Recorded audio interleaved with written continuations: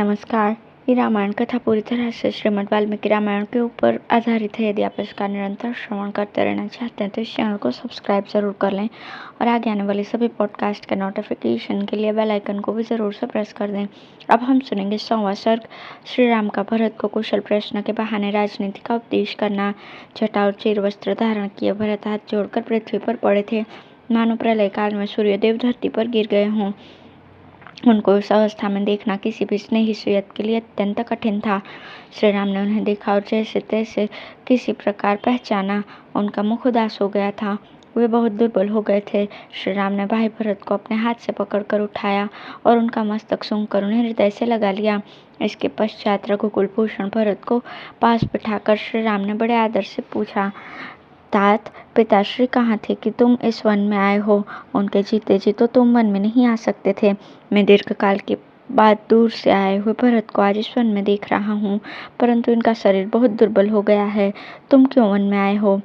भ्राता, महाराज जीवित है ना? कहीं ऐसा तो नहीं हुआ कि वे अत्यंत दुखी होकर सहसा परलोकवासी हो गए हों और इसलिए तुम्हें स्वयं यहाँ आना पड़ा हो? तुम अभी बालक हो, इसलिए परंपरा से चला आता हुआ तुम्हारा राज्य नष्ट तो नहीं हो गया।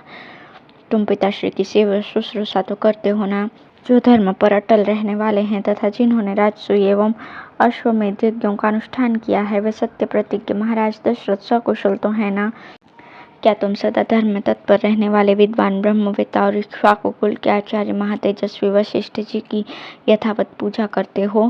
क्या माता कौशल्या सुख से है, उत्तम संतान वाली सुमित्रा प्रसन्न है और आर्या कैकेयी देवी भी आनंदित है ना?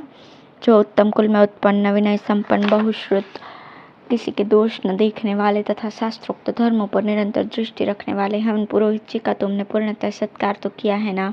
हवन विधि के ज्ञाता बुद्धिमान और सरल स्वभाव वाले जिन ब्राह्मण देवता को तुमने अग्निहोत्र कार्य के लिए नियुक्त किया है, वे सदा ठीक समय पर आकर तुम्हें ये सूचित करते हैं कि इस समय अग्नि में आहुति दे दी गई है और अब अमुक समय में हवन करना है।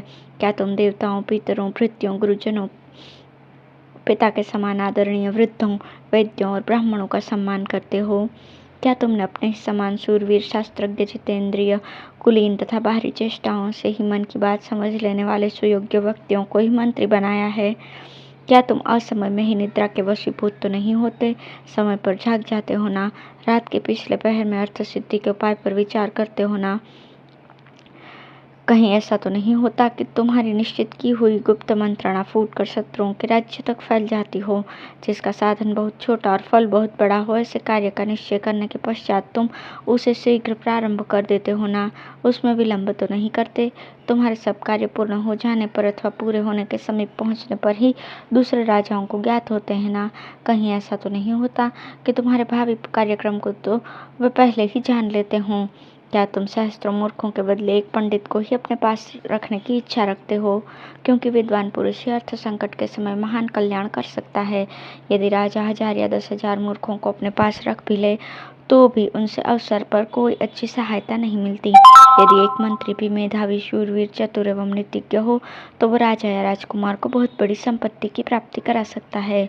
जो घूस न लेते हों अथवा निश्चल हों, पिता पितामहों के समय से ही काम करते आ रहे हों तथा बाहर भीतर से पवित्र एवं श्रेष्ठ हों, ऐसे अमात्यों को ही तुम उत्तम कार्यों में नियुक्त करते हो ना?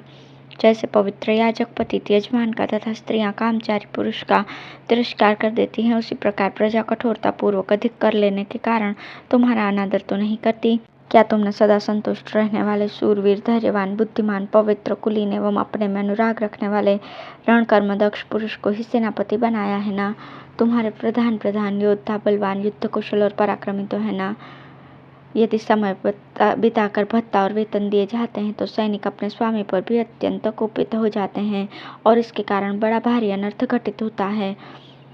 भरत, तुमने जिसे राजदूत के पद पर नियुक्त किया है वो पुरुष अपने ही देश का निवासी, विद्वान, कुशल, प्रतिभाशाली और जैसा कहा जाए वैसी ही बात दूसरे के सामने कहने वाला और सद्विवेक युक्त है ना? जिन शत्रुओं को तुमने राज्य से निकाल दिया है, वे यदि फिर लौट कर आते हैं तो तुम्हें उन्हें दुर्बल समझकर उनकी उपेक्षा तो नहीं करनी चाहिए। तुम ऐसा तो नहीं करते ना?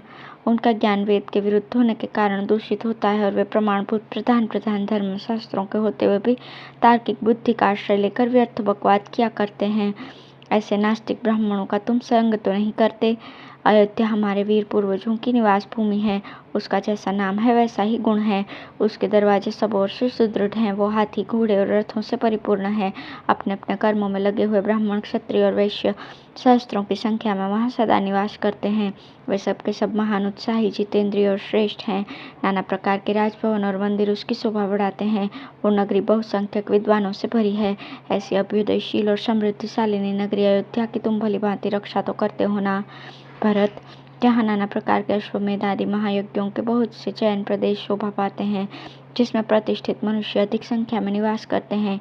अनेकानेक देवस्थान, पौसले और तालाब जिसकी शोभा बढ़ाते हैं।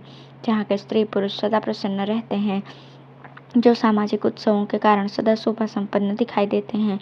जहाँ खेत जोतने में समर्थ पशुओं की अधिकता है। जहाँ किसी प्रकार की हिंसा नहीं होती।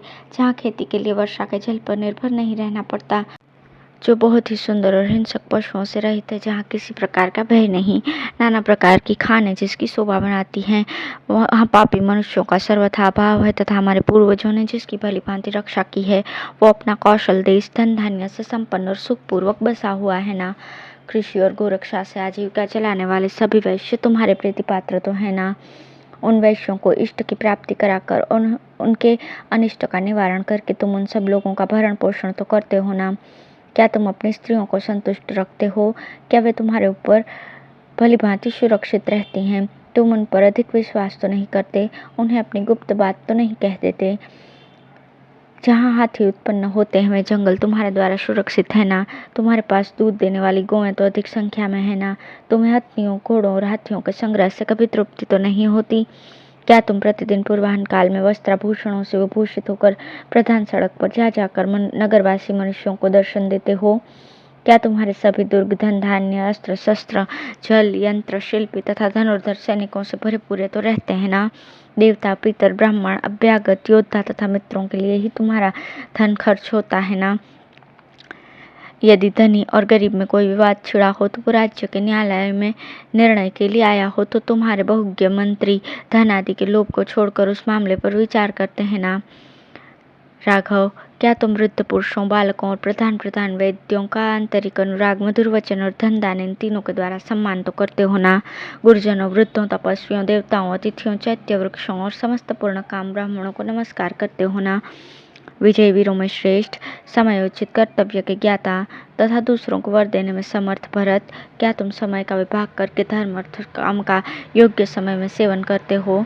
संपूर्ण शास्त्रों को जानने वाले ब्राह्मण, पुरवासी और जनपदवासी मनुष्यों के साथ तुम्हारे कल्याण की कामना करते हैं ना। नास्तिकता, सत्य भाषण, क्रोध, प्रमाद, दीर्घसूत्रता, ज्ञानी पुरुषों का संग न करना, आलस्य, नेत्र आदि पांचों इंद्रियों के वशीभूत रहना, राजकार्यों के विषय में अकेले ही विचार करना, प्रयोजन को न समझने वाले विपरीत मूर्खों से सलाह लेना, निश्चित किए हुए कार्यों का शीघ्र प्रारंभ न करना, गुप्त मंत्रणा को सुरक्षित न रखकर प्रकट कर देना, मांगलिक अधिकारियों का अनुष्ठान न करना तथा सब शत्रुओं पर एक ही साथ चढ़ाई कर देना, ये राजा के 14 दोष हैं। तुम इन दोषों का सदा परित्याग करते हो ना। महाभाग्य भरत, 10 वर्ग, पंचवर्ग, चतुर्वर्ग, सप्तवर्ग, अष्टवर्ग, त्रिवर्ग, 3 विद्या बुद्धि के द्वारा इंद्रियों को जीतना, 6 गुण, दैवी और मानुषी बाधाएं, राजा के नीतिपूर्ण कार्य, 20 वर्ग, प्रकृति मंडल, यात्रा, दंड विधान तथा 2 गुणों की योनिभूत संधि और विग्रह, इन सब की ओर तुम यथार्थ रूप से ध्यान देते हो ना। इनमें से त्यागने योग्य दोषों को त्याग कर ग्रहण करने योग्य गुणों को ग्रहण करते हो ना। क्या तुम नीति शास्त्र की आज्ञा के अनुसार 4 या 3 मंत्रियों के साथ सबको एकत्र करके अथवा सबसे अलग अलग मिलकर सलाह करते हो ना। मैंने जो कुछ कहा है तुम्हारी बुद्धि का भी ऐसा ही निश्चय है ना, क्योंकि ये विचार आयु और यश को बढ़ाने वाला, धर्म, अर्थ और काम की सिद्धि कराने वाला है।